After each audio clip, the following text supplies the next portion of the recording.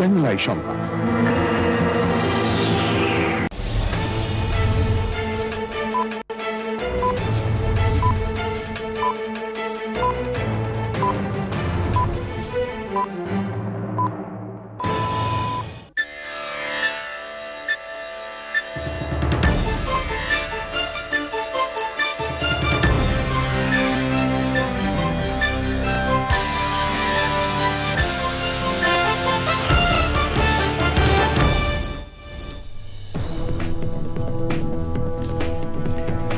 আসসালামু আলাইকুম, শুভেচ্ছা আমন্ত্রণ জানাচ্ছি দেশের এবং দেশের বাইরের সকল দর্শক শ্রোতাকে চ্যানেল আই সংবাদে। সংবাদ আয়োজন নিয়ে বার্তাকক্ষে রয়েছি আহমেদ মেহেদী হাসান। সংবাদের শুরুতেই চলুন জেনে নেওয়া যাক ফ্রেশ আটা ময়দা সুজি সংবাদ শিরোনাম। বিদেশে বাংলাদেশ মিশনের রাষ্ট্রপতির ছবি অপসারণ, উপদেষ্টা পরিষদের বৈঠকে আলোচনা হয়নি বলে পরিবেশ উপদেষ্টার মন্তব্য। মানবতা বিরোধী অপরাধের মামলায় শেখ হাসিনার বিরুদ্ধে আহত আরও ৩ জুলাই যোদ্ধার সাক্ষ্য, অক্টোবরের শুরুতে সাক্ষ্য গ্রহণ শেষ করার আশা। জুলাই গণ অভ্যুত্থানের হত্যা চেষ্টা মামলায় গ্রেফতার রিকশা চালকের জামিন, গ্রেফতারের কারণ জানাতে ধানমন্ডি থানার ওসির ব্যাখ্যা তলব। পাচার হওয়া প্রায় ৪০,০০০ কোটি টাকার সম্পদের সন্ধান, প্রধান উপদেষ্টাকে জানালেন এনবিআরের গোয়েন্দা সেলের মহাপরিচালক। দেশ যেন মৌলবাদের অভয়ারণ্য না হয় সেদিকে সজাগ থাকতে বললেন তারেক রহমান। ভোটাধিকার নিশ্চিতে ঐক্যবদ্ধ হওয়ার তাগিদ। এবং সবুজে সাজাই বাংলাদেশ স্লোগানে মেহেরপুরে প্রকৃতি ও জীবন ক্লাবের বৃক্ষরোপণ ও চারা বিতরণ, বাসযোগ্য ধরিত্রী বিনির্মাণে সহায়ক হবে প্রত্যাশা।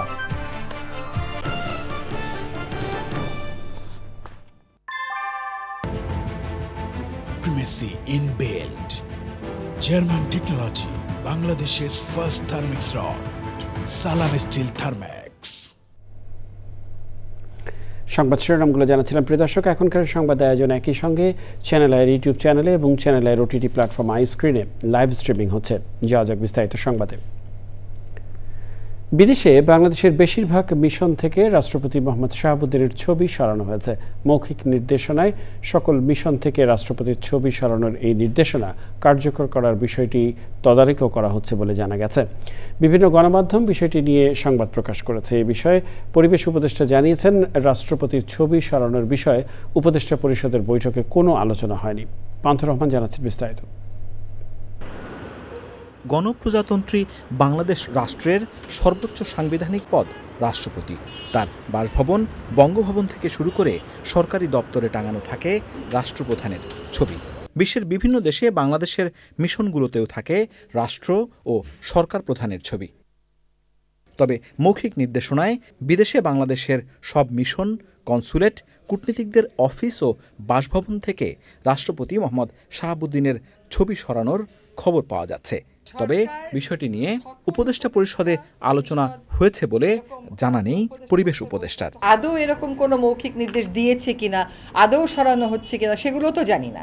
আমিও আপনাদের মতন পড়েছি। তো যদি সিদ্ধান্ত হয়, সিদ্ধান্ত দেখে তাহলে আমি কথা বলবো। উপদেষ্টা পরিষদে তো জানেন না। উপদেষ্টা পরিষদে তো আজকে দেখলাম পত্রিকাতে উপদেষ্টা পরিষদ মিটিং তো হয় বৃহস্পতিবার।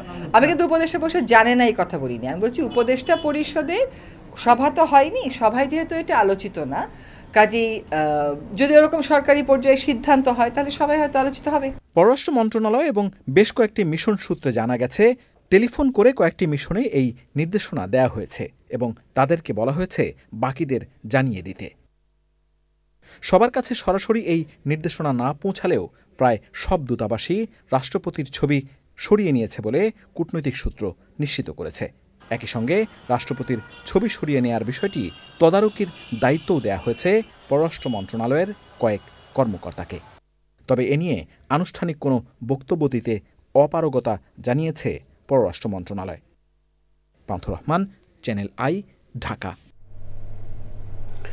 বিভিন্ন দলের নেতারা বলেছেন, জুলাই সনদের চূড়ান্ত খসড়ায় মুক্তিযুদ্ধ, বাঙালি জাতিসত্তার পরিচয়ে প্রশ্নবিদ্ধ করা হয়েছে। সিপিবি, বাসদ এবং গণফোরামের নেতারা বলেছেন, চূড়ান্ত খসড়ায় কথার মারপ্যাচে ঘুরে ফিরে সংবিধান সংশোধন এবং পুনর্লিখনের বিষয়টি অগ্রাধিকার পেয়েছে। ইসলামী এবং সমমনা দলগুলোর মতে প্রতিফলন ঘটেছে বলেও মন্তব্য তাদের। জানাতুল বাকিয়া, কেকার রিপোর্ট। রাজনৈতিক দলগুলোকে শনিবার রাতে পাঠানো হয় জুলাই সনদের চূড়ান্ত খসড়া।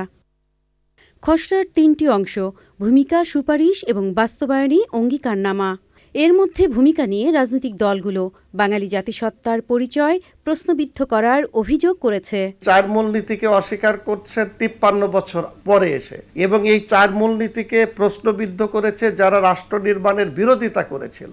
প্রশ্নবিদ্ধ করার অর্থ হলো মুক্তিযুদ্ধকে প্রশ্নবিদ্ধ করা। 72-এর যে সংবিধান, সেই সংবিধানের কোথায় ঘাটতি আছে সেগুলো কিন্তু আপনি বলছেন না, ঘুরে ফিরে শুধু সংবিধানের বিরুদ্ধে কথা বলতে শুনছি। খসড়ায় 8টি অঙ্গীকারের অন্যতম জুলাই জাতীয় সনদকে বিশেষ মর্যাদা ও আইনি ভিত্তির মাধ্যমে দায়মুক্তি দেওয়ার অভিযোগ করেছেন কেউ কেউ। এই জুলাই সনদে যা কিছু লেখা আছে তা যদি প্রচলিত সংবিধান এবং আইনের সাথে সাংঘর্ষিক হয়, তাহলে এই জুলাই সনদটাই হবে চূড়ান্ত রূপ, এটাই এক্সিস্ট করবে, বাকিগুলো বাদ যাবে।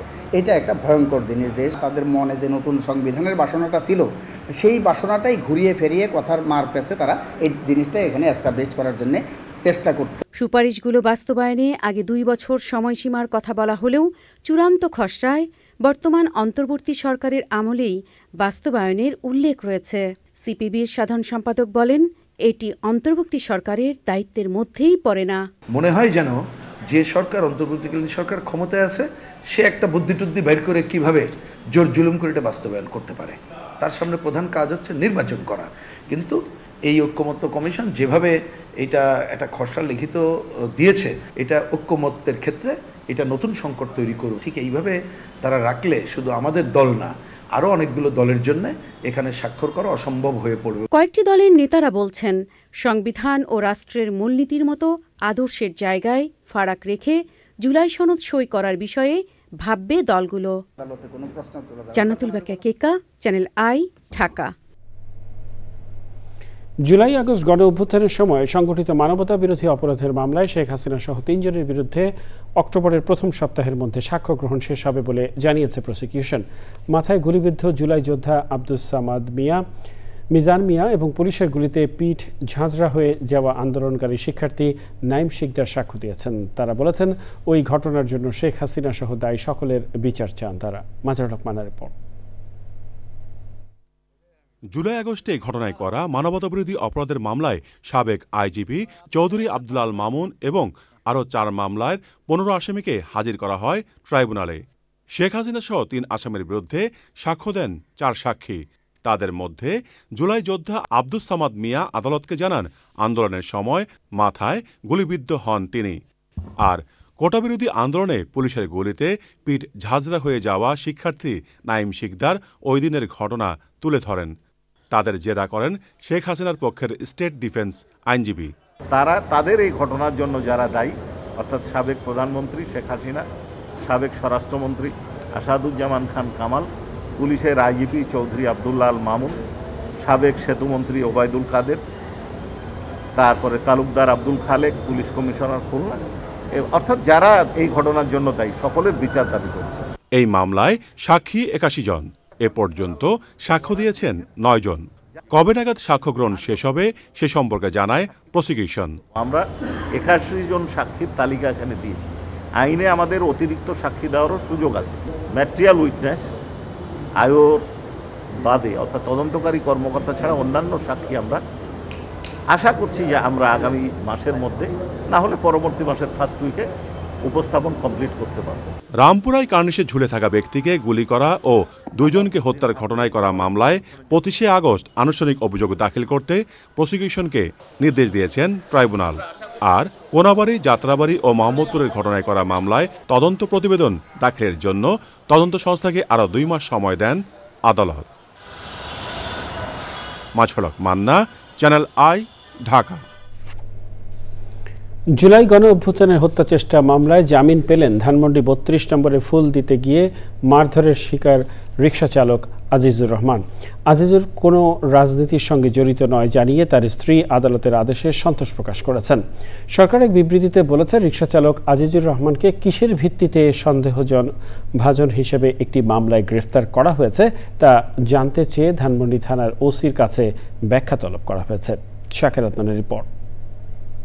দেশের প্রথম রাষ্ট্রপতি শেখ মুজিবুর রহমানের মৃত্যুবার্ষিকীতে ধানমন্ডি ৩২ নম্বরে ভেঙে দেয়া বাড়িতে ফুল দিয়ে শ্রদ্ধা জানাতে গিয়ে মারধরের শিকার হন রিকশাচালক আজিজুর রহমান। সে সময় তার রিকশা ভাঙচুর করে পুলিশে দেয়া হয়। ধানমন্ডি থানা পুলিশ জুলাই গণঅভ্যুত্থানের একটি হত্যাচেষ্টা মামলায় গ্রেপ্তার দেখিয়ে শনিবার ঢাকার সিএমএম আদালতে পাঠালে জামিন নামঞ্জুর করে রিকশাচালককে কারাগারে পাঠানো হয়। রোববার দুপুরে শুনানি শেষে আজিজুর রহমানের জামিন মঞ্জুর করেন আদালত। বিজ্ঞ আদালত তাকে নির্দোষ দেখে তাকে এই মামলায় সন্দিগ্ধ আসামি হিসেবে যেহেতু গ্রেপ্তার করা হয়েছে, বিজ্ঞ আদালত আমাদের সাথে ন্যায় বিচার করেছে। আজিজুরের স্ত্রী বলেন, ভালোবাসা ও শ্রদ্ধাবোধ থেকে ৩২ নম্বরে গিয়েছিলেন আজিজুর। নাকি শেখ মুজিবুর রহমানের ভালো লাগে, তার জন্য মৃত্যু দিবসে সেই সিন্নি গিয়েছে। সরকার এক বিবৃতিতে বলেছে, রিকশা চালক আজিজুর রহমানকে কিসের ভিত্তিতে সন্দেহভাজন হিসেবে একটি মামলায় গ্রেপ্তার করা হয়েছে তা জানতে চেয়ে ধানমন্ডি থানার ভারপ্রাপ্ত কর্মকর্তার কাছে ব্যাখ্যা তলব করা হয়েছে। একই সঙ্গে ওই পুলিশ কর্মকর্তার সাম্প্রতিক কর্মকাণ্ড ও বক্তব্যে কোনো অসঙ্গতি রয়েছে কিনা তা খতিয়ে দেখার ব্যবস্থা নিয়েছে ডিএমপি। ডিএমপি এক সংবাদ বিজ্ঞপ্তিতে বলেছে, ওই রিকশা চালককে হত্যা মামলার আসামি করা হয়নি। এ নিয়ে সামাজিক যোগাযোগ মাধ্যম সহ বিভিন্ন গণমাধ্যমে আজিজুর রহমানের গ্রেপ্তার ও মামলা নিয়ে অহেতুক ভুল তথ্য ছড়ানো হচ্ছে। এ বিষয়ে কোনোরকম বিভ্রান্তি ছড়ানো থেকে বিরত থাকার অনুরোধ করা হয়েছে। শাকের আদ্দান, চ্যানেল আই, ঢাকা। পাচার করা অর্থে বিভিন্ন দেশে গড়া প্রায় ৪০,০০০ কোটি টাকা সম্পদের সন্ধান পেয়েছে জাতীয় রাজস্ব বোর্ডের কেন্দ্রীয় গোয়েন্দা সেল সিআইসি। চলতি বছরের জানুয়ারি থেকে এ পর্যন্ত ৫টি দেশের ৭টি শহরে অনুসন্ধান চালিয়ে এই তথ্য পাওয়া গেছে বলে প্রধান উপদেষ্টা প্রফেসর মোহাম্মদ ইউনুসকে জানিয়েছেন সিআইসির মহাপরিচালক আহসান হাবিব। রাষ্ট্রীয় অতিথি ভবন যমুনায় এনবিআর চেয়ারম্যান মোহাম্মদ আব্দুর রহমান খান ও সিআইসি মহাপরিচালক প্রধান উপদেষ্টার সামনে এসব তথ্য তুলে ধরেন। এছাড়াও ৯টি দেশে ৩৫২টি পাসপোর্টের সন্ধান পাওয়া গেছে, যেগুলো টাকার বিনিময়ে অর্জন করেছে কিছু বাংলাদেশি। এ সময় তারা প্রধান উপদেষ্টাকে জানান, দেশে বসেই বিভিন্ন উৎস থেকে প্রাপ্ত তথ্যের ভিত্তিতে প্রাথমিক প্রস্তুতি শেষে সিআইসির গোয়েন্দারা দেশগুলোতে সরেজমিন পরিদর্শন করে বিস্তারিত তথ্য তুলে নিয়ে আসেন। সিআইসিকে অনুসন্ধানের কাজ চলমান রাখার নির্দেশনা দিয়ে প্রধান উপদেষ্টা বলেন, যতদূর সম্ভব গভীরে যেতে হবে এবং সম্ভাব্য আরও দেশে অনুসন্ধান বিস্তৃত করতে হবে। দেশের সম্পদ দেশে ফিরিয়ে আনতে সম্ভাব্য সব পদক্ষেপ সরকার সর্বাত্মক সহযোগিতা করবে বলেও জানান প্রধান উপদেষ্টা। ৬,৫০৬ কোটি ৫০ লাখ টাকা ব্যয়ের ১০টি প্রকল্প অনুমোদন দিয়েছে জাতীয় অর্থনৈতিক পরিষদের নির্বাহী কমিটি একনেক। এর মধ্যে সরকারি অর্থায়ন ৩,৮২১ কোটি ৫৮ লাখ টাকা, প্রকল্প ঋণ ২,৪২৮ কোটি ৪ লাখ টাকা এবং সংস্থার নিজস্ব অর্থায়নে ২৫৬ কোটি ৮৯ লাখ টাকা। পরিকল্পনা কমিশন চত্বরে এনইসি সম্মেলন কক্ষে একনেকের চেয়ারপারসন প্রধান উপদেষ্টা অধ্যাপক ডক্টর মোহাম্মদ ইউনুসের সভাপতিত্বে এই প্রকল্পগুলোর অনুমোদন দেয়া হয়। অনুমোদিত প্রকল্পগুলোর মধ্যে রয়েছে রংপুর অঞ্চলে টেকসই কৃষি উন্নয়ন প্রকল্প, বিদ্যুৎ, জ্বালানি ও খনিজ সম্পদ মন্ত্রণালয়ের ৩৩11 কেভি আউটডোর উপকেন্দ্রের আধুনিকায়ন, রবীন্দ্র বিশ্ববিদ্যালয়ে বাংলাদেশে স্থাপন। সভায় প্রকল্পগুলো সম্পর্কে একনেক সদস্যদের অবহিত করেন পরিকল্পনা উপদেষ্টা ওয়াহিদুদ্দিন মাহমুদ। মেট্রো রেল প্রকল্প পাইপলাইনে আছে। এখন এগুলো আগে থেকেই জাপানি ঠিকাদাররা এগুলো চুক্তিবদ্ধ। কাজে আমরা তো এখন দুর্বল অবস্থানে আছি। এক হলো ঋণের চুক্তি করা হয়ে গেছে এবং ঠিকাদাররাও চুক্তিবদ্ধ, এবং এখন থেকে যত বিলম্ব হবে তখন বরং ঋণের সুদও বাড়বে। পরিবেশ, বন ও জলবায়ু পরিবর্তন এবং পানি সম্পদ উপদেষ্টা সৈয়দ রিজওয়ানা হাসান বলেছেন, আগামী ফেব্রুয়ারিতেই জাতীয় নির্বাচন হবে। পিআর পদ্ধতি নাকি আসন ভিত্তিক হবে সে বিষয়ে ঐকমত্য কমিশন সিদ্ধান্ত জানাবেন। প্রধান বিচারপতির রাষ্ট্রপতি হওয়া নিয়ে যে আলোচনা তা গুজব বলে জানান পরিবেশ উপদেষ্টা। বিস্তারিত জানাচ্ছেন রফিকুল বাশা। আগামী ফেব্রুয়ারিতে নির্বাচন হওয়া নিয়ে রাজনৈতিক নেতাদের নানা সন্দেহ থাকলেও উপদেষ্টারা বারবার নিশ্চিত করছেন ফেব্রুয়ারিতেই নির্বাচন হবে। ফেব্রুয়ারিতে নির্বাচনের নিশ্চয়তা দিয়ে পরিবেশ উপদেষ্টা বললেন, সব রাজনৈতিক দল গণপরিষদ নির্বাচনের ক্ষেত্রে একমত হলে তখন এ বিষয়ে সিদ্ধান্ত নেওয়া হবে। কোনো যদি নিয়ে এখন ভাবছে না অন্তর্বর্তী সরকার। সরকার বলেছে ফেব্রুয়ারিতে নির্বাচন হবে, সরকার সেই মোতাবেক নির্বাচন কমিশনকে প্রস্তুতি নিতে বলেছে, এটাই হচ্ছে সরকারের অবস্থা। এখনো পর্যন্ত নির্বাচন ফেব্রুয়ারির প্রথমার্ধে হওয়ার জন্য নির্বাচন কমিশনকে বলা হয়েছে এবং ফেব্রুয়ারিতে নির্বাচন হবে। রাষ্ট্রপতি নিয়ে আগেও অনেক গুজব শোনা গেছে বলে মন্তব্য করেন পরিবেশ উপদেষ্টা। এইরকম আলোচনার কি শেষ আছে? আমরা তো কত আলোচনা শুনেছিলাম, জুনের মধ্যেও নির্বাচন হবে না, এটা এই মাসের মধ্যে নির্বাচন হবে। এখন রাজনৈতিক বিষয় তো, আমরা বাংলাদেশিরা প্রত্যেকেই রাজনৈতিক সচেতন, প্রত্যেকেরই সব ঘটনার একটা ব্যাখ্যা আছে, হয়তো এত কোনো ব্যাখ্যাই নেই এটার পিছনে, কিন্তু এটার সাথে নির্বাচনের যে কোনো সম্পর্ক নেই, এটা একেবারেই স্পষ্ট। সিলেটের সাদা পাথর লুট হওয়ার সাথে প্রশাসনের যারা জড়িত তাদের বিরুদ্ধে ব্যবস্থা নেওয়ার বিষয়ে পরে জানানো হবে বলে জানান পরিবেশ উপদেষ্টা। সর্বদলীয় যে ঐক্যের কথাটা আমি বলেছিলাম, সেই সর্বদলীয় ঐক্যের কারণে প্রশাসন নিশ্চয়ই যোগসাজস্য ছিল, কিন্তু এখন তারা বের করতে পারে কেমন করে যে পাথরগুলো কোথায়। আবার নীরবতাও ছিল, তারা হয়তো অতটা ঝুঁকি নিতে পারছিলেন না। রফিকুল বাশার, চ্যানেল আই, ঢাকা। বিএনপির ভারপ্রাপ্ত চেয়ারম্যান তারেক রহমান বলেছেন, এই দেশের মালিক দেশের প্রতিটি নাগরিক, এটি প্রতিষ্ঠা করতে হলে মানুষের ভোটের অধিকার নিশ্চিত করতে হবে। জাতীয় প্রেস ক্লাবে গণতন্ত্রের উত্তরণে কবি সাহিত্যিকদের ভূমিকা ও করণীয় শীর্ষক আলোচনায় লন্ডন থেকে ভার্চুয়ালি যুক্ত হয়ে তিনি বলেন, স্বৈরাচারের পুনর্জাগরণ ঠেকাতে এ দেশ যেন চরমপন্থা ও উগ্রপন্থার অভয়ারণ্য না হয় সেদিকে খেয়াল রাখতে হবে। রাহুল রায়ের রিপোর্ট। জাতীয় প্রেস ক্লাবে আলোচনায় দেশের শিল্প, সাহিত্য, রাজনীতি, গণতন্ত্র সহ বিভিন্ন বিষয়ে নিজেদের মতামত তুলে ধরেন কবি সাহিত্যিকরা। মতবিনিময়ের প্রতিপাদ্য ছিল গণতন্ত্রের উত্তরণে কবি সাহিত্যিকদের ভূমিকা ও করণীয়। অনুষ্ঠানে লন্ডন থেকে ভার্চুয়ালি যুক্ত হয়ে গণতন্ত্রের জন্য কবি সাহিত্যিকদের গুরুত্বপূর্ণ ভূমিকা রাখার আহ্বান জানিয়েছেন বিএনপির ভারপ্রাপ্ত চেয়ারম্যান তারেক রহমান। আমাদের সাথে হয়তো আপনাদের সকলের আদর্শিক অবস্থান এক নাও হতে পারে, পলিটিক্যাল আইডিওলজি এক নাও হতে পারে, কিন্তু এটি কিন্তু কোনো সমস্যার বিষয় না। এই দেশের সার্বভৌমত্বের প্রতি আমাদের অবিচল আস্থা প্রকাশের জায়গায় কিন্তু আমরা সকলে এক। এ দেশের মালিকানার একমাত্র দাবিদার এই দেশের সকল নাগরিক। এই সত্যটাকে যদি আমরা প্রতিষ্ঠিত করতে চাই, তাহলে মানুষের ভোটাধিকারের প্রশ্নে গণতন্ত্র প্রতিষ্ঠার জন্য বাক স্বাধীনতার পক্ষে, একটা অবাধ সুষ্ঠু নির্বাচনের পক্ষে আমাদের সকলকে ঐক্যবদ্ধ হতে হবে। সবসময় স্বৈরাচার ও উগ্রপন্থার বিরুদ্ধে অবস্থানের আহ্বান জানান তারেক রহমান। এদেশের স্বাধীনতা, সার্বভৌমত্ব ও গণতন্ত্রের প্রতি আপনাদের দৃঢ় অবস্থানের সাথে কিন্তু আমাদের বিন্দুমাত্র পার্থক্য নেই। যে স্বৈরাচারকে বাংলাদেশের মানুষ কিছুদিন আগে বিতাড়িত করেছে, সেই স্বৈরাচারের পুনর্জাগরণ প্রতিহত করতে আমরা প্রতিজ্ঞাবদ্ধ আপনাদেরই মতন।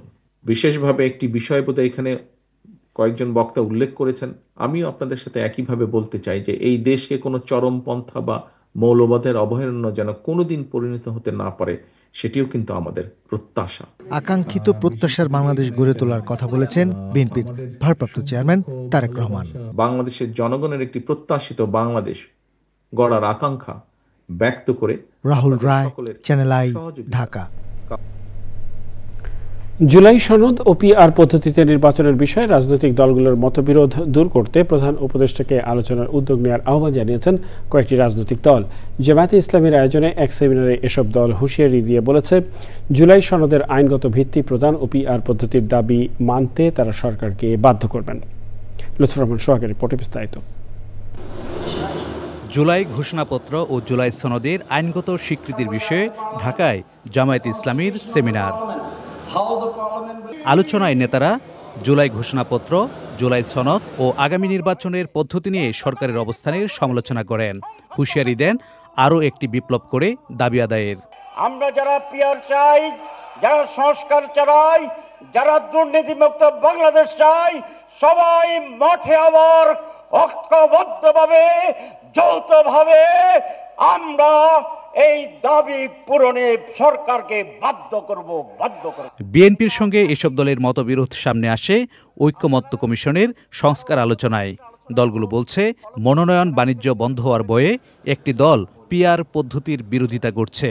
পিআর হলে কালো টাকা, মনোনয়ন বাণিজ্য, পেশি শক্তি এগুলো করতে পারবে না যারা তারা পিআরকে বাধা দিচ্ছে। সংকট সমাধানে প্রয়োজনে গণভোট আয়োজনের দাবি জানিয়েছে ইসলামী দলগুলো।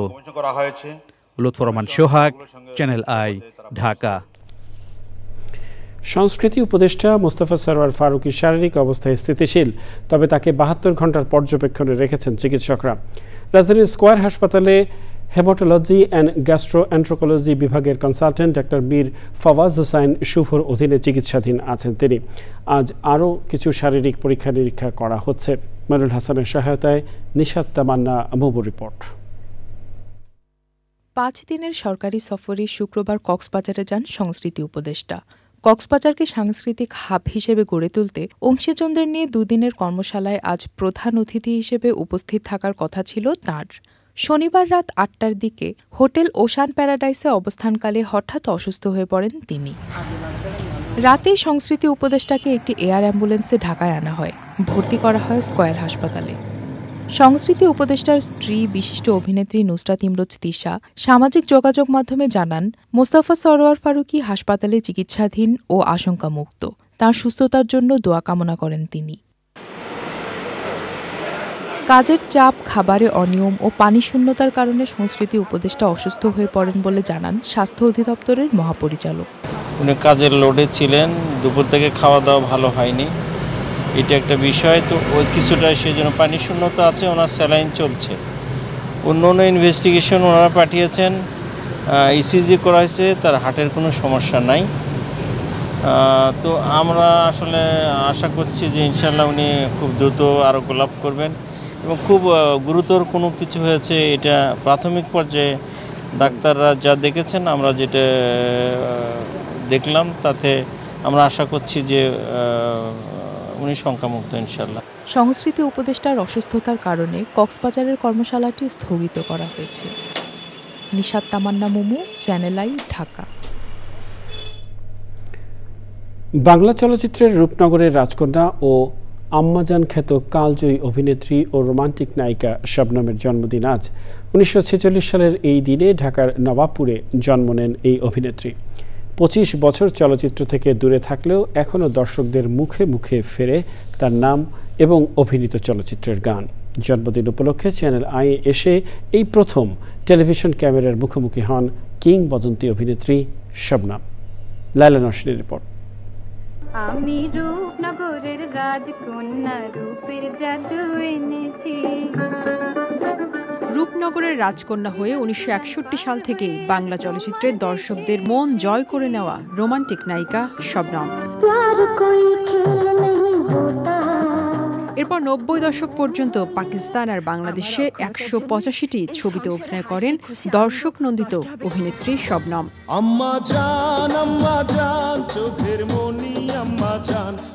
সবশেষ 1999 সালে সুপারহিট আম্মাজান চলচ্চিত্রের পর তাকে আর দেখা যায়নি বড় পর্দায়। এই যে আম্মাজানকে দেখছো, পর্দায় নতুন করে দেখা না গেলেও এখনো দর্শকরা ভুলতে পারেননি ভুবন ভোলানো অভিনেত্রীর কপলের কালো তিলকে। কপলের কালো তিল পড়বে চোখে। ওই সময়ের অত্যন্ত আবেগপ্রবণ ও রোমান্টিক নায়িকা এবার পা দিলেন 80-তে। জন্মদিন উপলক্ষে জীবনে প্রথম কোনো টেলিভিশন চ্যানেল হিসেবে চ্যানেল আইয়ে আসেন এই কিংবদন্তি অভিনেত্রী। তাকে শুভেচ্ছা জানান চ্যানেল আইয়ের পরিচালক ও বার্তা প্রধান, কৃষি উন্নয়ন ও গণমাধ্যম ব্যক্তিত্ব শাইখ সিরাজ। আসার পর বেশিরভাগ চ্যানেল আই দেখি আর খুব ভালো লাগে। আর যখন আমাকে ডাকলেন সিরাজ ভাই, ভালো লেগেছে, ভালো লাগে বলে আসলাম। এখানে আসার পরে অনেক পুরনো লোকদের সাথে দেখা হচ্ছে, আরও ভালো লাগছে আর কি। শবনমই একমাত্র অভিনেত্রী পাকিস্তান চলচ্চিত্রের সর্বোচ্চ সম্মাননা নিগার অ্যাওয়ার্ড লাভ করেছেন 12 বার। এছাড়াও বাংলাদেশ ও পাকিস্তানে অনেক সম্মাননা অর্জন করেছেন এই গুণী অভিনেত্রী। আর্টিস্ট তো সবসময় চায় বেঁচে থাকতে। আমারও সেই ইচ্ছা যে কাজ করতে করতেই যাতে আমার মৃত্যু হয়। প্রত্যেকটা আর্টিস্ট এটা চায়, আমিও সেটা চাই। শবনমের জন্মদিনে চ্যানেল আই পরিবারের শ্রদ্ধা ও ভালোবাসা। লাইলা নওশিন, চ্যানেল আই, ঢাকা। পরিবেশ প্রকৃতির টেকসই উন্নয়নে সবুজে সাজাই বাংলাদেশ স্লোগানে মেহেরপুরে বৃক্ষরোপণ ও চারা বিতরণ করেছে প্রকৃতি ও জীবন ক্লাব।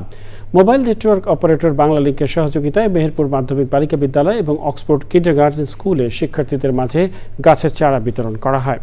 এমন উদ্যোগ বাসযোগ্য ধরিত্রী বিনির্মাণে সহায়ক হবে বলে মনে করেছেন বিশিষ্টজনেরা। গোলাম মুস্তফার তথ্য ও ভিডিও চিত্রে আফরোজা হাসির রিপোর্ট।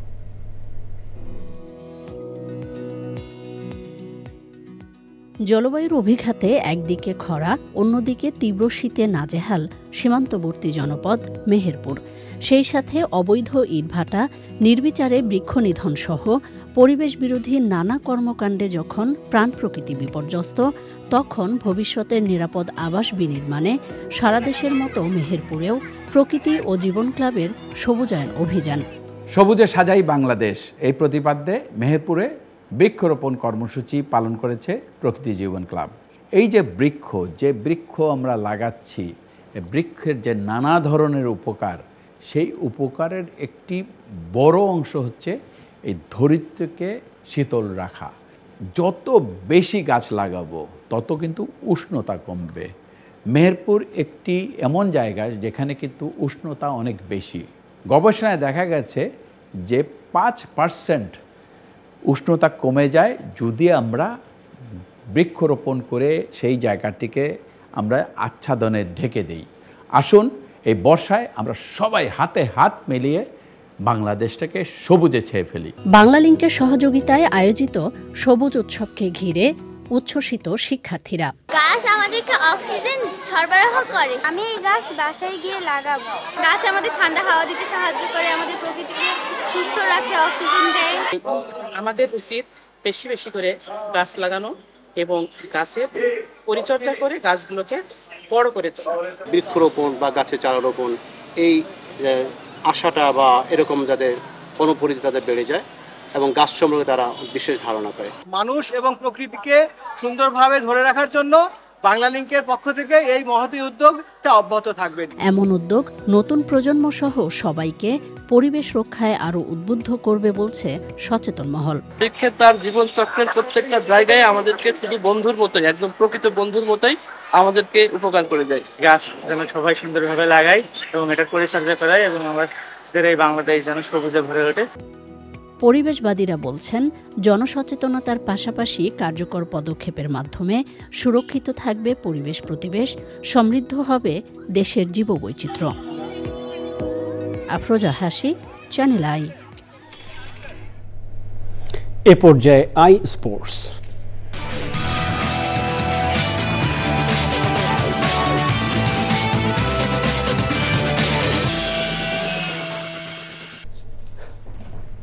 বিএনপির স্থায়ী কমিটির সদস্য নজরুল ইসলাম খান বলেছেন, আইন শৃঙ্খলা পরিস্থিতি নিয়ে নির্বাচন কমিশন খানিকটা চিন্তিত। আইন শৃঙ্খলা স্বাভাবিক রাখতে রাজনৈতিক দলগুলোকে সহায়তা করতে হবে বলে মন্তব্য করেন তিনি। বিকেলে নির্বাচন ভবনে সিইসির সাথে সাক্ষাৎ করেন বিএনপির 3 সদস্যের প্রতিনিধি দল। আসন ভাগাভাগি নিয়ে বিএনপিতে এখনও আলোচনা হয়নি জানিয়ে তিনি বলেন, তফসিলের পরে এ বিষয়ে আলাপ হতে পারে। প্রধান উপদেষ্টা যেখানে ফেব্রুয়ারিতে ভোট করার কথা বলছেন, সেখানে একটি দলের নেতারা কোন ক্ষমতায় বলেন ফেব্রুয়ারিতে ভোট হবে না, এমন প্রশ্নও তোলেন নজরুল ইসলাম খান।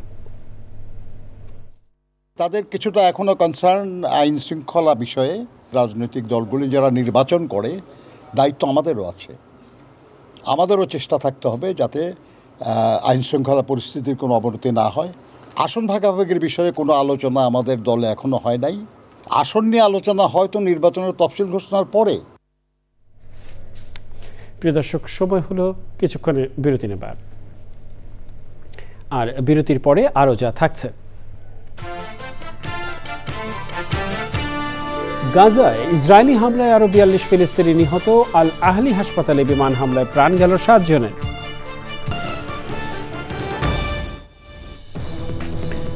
বিরতির পরে আবারও ফিরে এলাম চ্যানেল আই সংবাদে। শেখ মুজিবুর রহমানের অসমাপ্ত আত্মজীবনী লিখে আইজিপি জাভেদ পাটোয়ারি সহ 123 জনের টাকা ও ফ্ল্যাট নেওয়ার অভিযোগ আমলে নিয়ে গোয়েন্দা কার্যক্রম শুরু করেছে দুর্নীতি দমন কমিশন দুদক। বিকেলে সংস্থাটির প্রধান কার্যালয়ে আয়োজিত ব্রিফিংয়ে এই বিষয়টি জানিয়েছেন দুদক মহাপরিচালক আক্তার হোসেন। এদিকে 700 কোটি টাকার অবৈধ সম্পদ এবং $2.5 লাখ সেন্ট ক্রিস্ট অ্যান্ড নেভিসে নাগরিকত্ব অর্জনের অভিযোগে বসুন্ধরা গ্রুপের চেয়ারম্যান আহমেদ আকবর সোবাহান ও তার স্ত্রী আফরোজা বেগমের বিরুদ্ধে সম্পদ বিবরণী দাখিলের নির্দেশ দিয়েছেন দুদক। এছাড়া ঋণ জালিয়াতির মাধ্যমে 12 কোটি টাকা অর্থ আত্মসাতের অভিযোগে বেসিক ব্যাংকের চেয়ারম্যান শেখ আব্দুল হাই বাচ্চু সহ 9 জনের বিরুদ্ধে মামলা করেছে দুদক। প্রায় 69 কোটি টাকার অবৈধ সম্পদ অর্জনের অভিযোগে মামলা হয়েছে ডেল্টা গ্রুপের চেয়ারম্যান ইঞ্জিনিয়ার AKM মারুফ আহমেদ ও তার স্ত্রী সহ 15 জনের বিরুদ্ধে। অসমাপ্ত আত্মজীবনী নিয়ে যে প্রতিবেদন গণমাধ্যমে প্রকাশিত হয়েছে সেই প্রতিবেদন দুর্নীতি দমন কমিশনের নজরে এসেছে এবং দুর্নীতি দমন কমিশন এই বিষয়ে কাজ করছে। গোয়েন্দা কার্যক্রম আমরা ইতিমধ্যে শুরু করা হয়েছে এবং আমাদের গোয়েন্দা প্রতিবেদন প্রাপ্তি সাপেক্ষেই এই বিষয়ে পরবর্তী সিদ্ধান্ত আপনাদেরকে অবহিত করা হবে। নিটল টাটা আন্তর্জাতিক সংবাদ।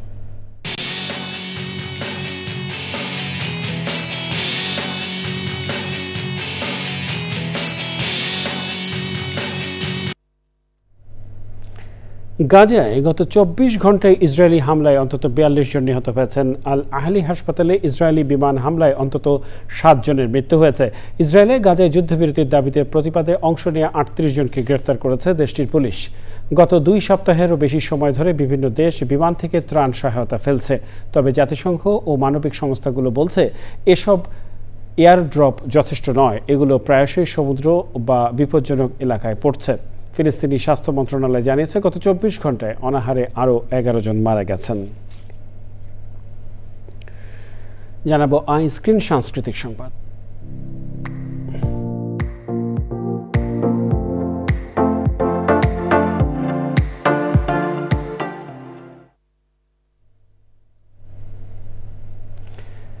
নাট্যাচার্য সেলিম আল দীনের 76তম জন্ম জয়ন্তী উপলক্ষে অনুষ্ঠিত হল সেমিনার। হেনরিক ইবসেন ও সেলিম আল দীন, প্রতীচ্য, প্রাচ্য, নাট্যরূপ ও আধুনিকতা, এই শিরোনামে সেলিম আল দীনের কাজ নিয়ে আলোচনা করেন বিশিষ্টজনেরা। সেলিম আল দীন সংগ্রহশালার আয়োজনে বিকালে বাংলাদেশ শিল্পকলা একাডেমিতে এই সেমিনার অনুষ্ঠিত হয়।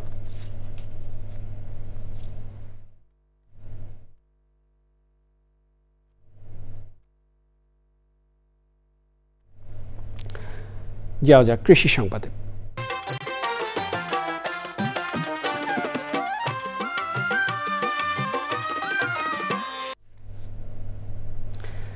হাওর অধ্যুষিত হবিগঞ্জ জেলায় কৃষকরা রোপা আউশ ধান চাষে অনেকটা আগ্রহ হারিয়ে ফেলেছিলেন। তবে বাংলাদেশ ধান গবেষণা ইনস্টিটিউট উদ্ভাবিত ব্রি 98 জাতের ধান আবাদে ভালো ফলন পাওয়ায় কৃষক এখন এই জাতের আউশ ধান চাষে আবারও উৎসাহী হয়ে উঠেছিলেন। জানাবো প্রকৃতি সংবাদ।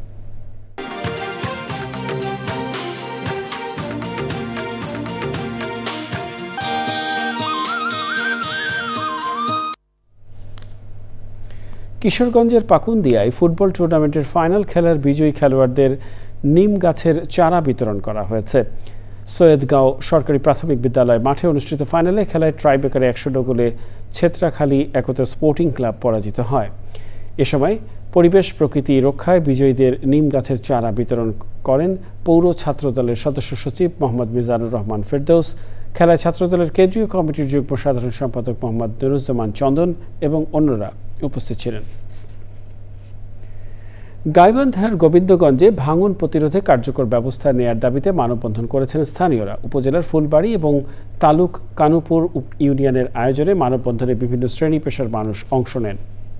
সে সময় বক্তারা নদী ভাঙন প্রতিরোধে স্থায়ী ব্লক বসানোর দাবি জানান। কর্মসূচিতে সভাপতিত্ব করেন গোবিন্দগঞ্জ উপজেলার সুন্দুইল কেন্দ্রীয় ঈদগাহ কমিটির সভাপতি মেহেরুল ইসলাম বাবলু।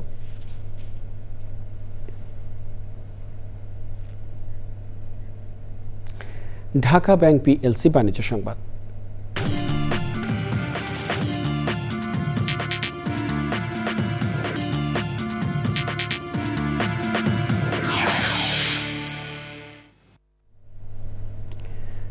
গত কয়েকদিন ধরেই ঢাকা স্টক এক্সচেঞ্জে লেনদেনের ঊর্ধ্বগতি দেখা যাচ্ছে। আজ লেনদেন 800 কোটি টাকা ছাড়িয়েছে।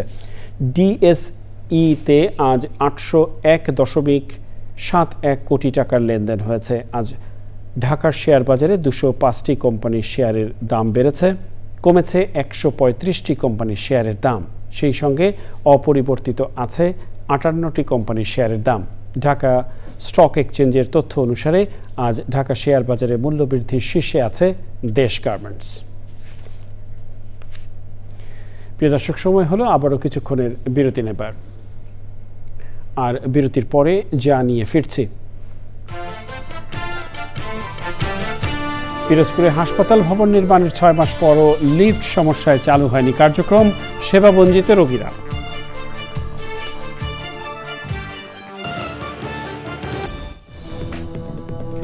আমন্ত্রণ আরও একবার চ্যানেল আই সংবাদে। পিরোজপুরে 250 শয্যার হাসপাতাল ভবনের নির্মাণ কাজ শেষ হলেও লিফট সমস্যার কারণে উন্নত স্বাস্থ্যসেবা থেকে বঞ্চিত রোগীরা। 9 তলা সুবিশাল ভবন নির্মাণের 6 মাস পার হলেও চালু করা যায়নি হাসপাতালের কার্যক্রম।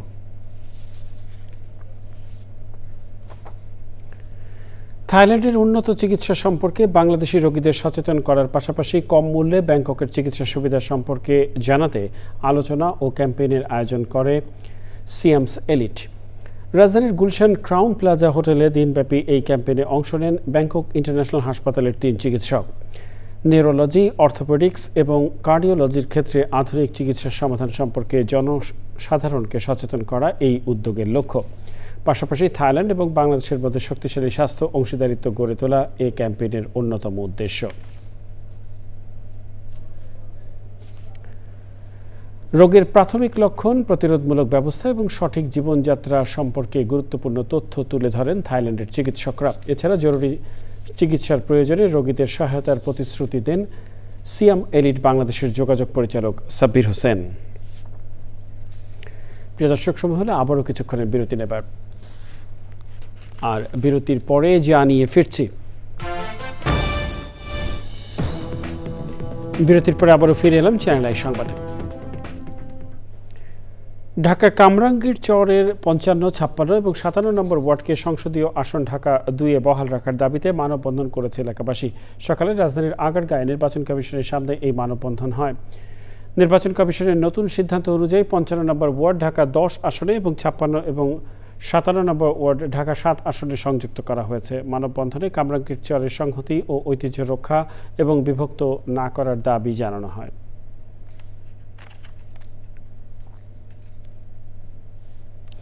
জানাবো খেলার খবর।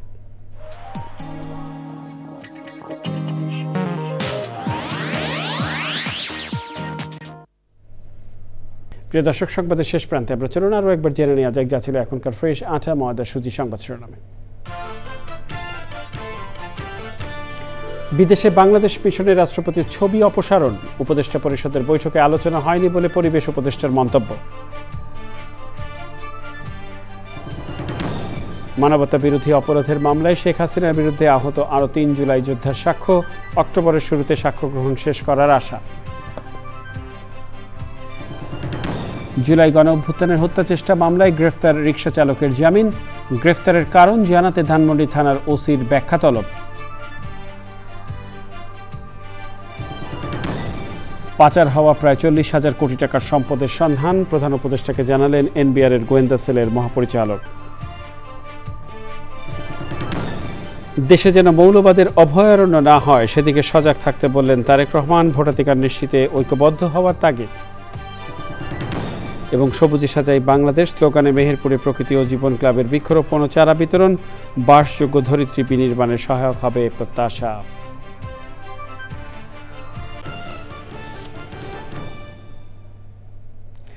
প্রিয় দর্শক, চ্যানেল আই সর্বশেষ সংবাদ জানতে ভিজিট করুন channeline.com-এ, যুক্ত থাকুন আমাদের সোশ্যাল মিডিয়া প্ল্যাটফর্মগুলোর সাথে।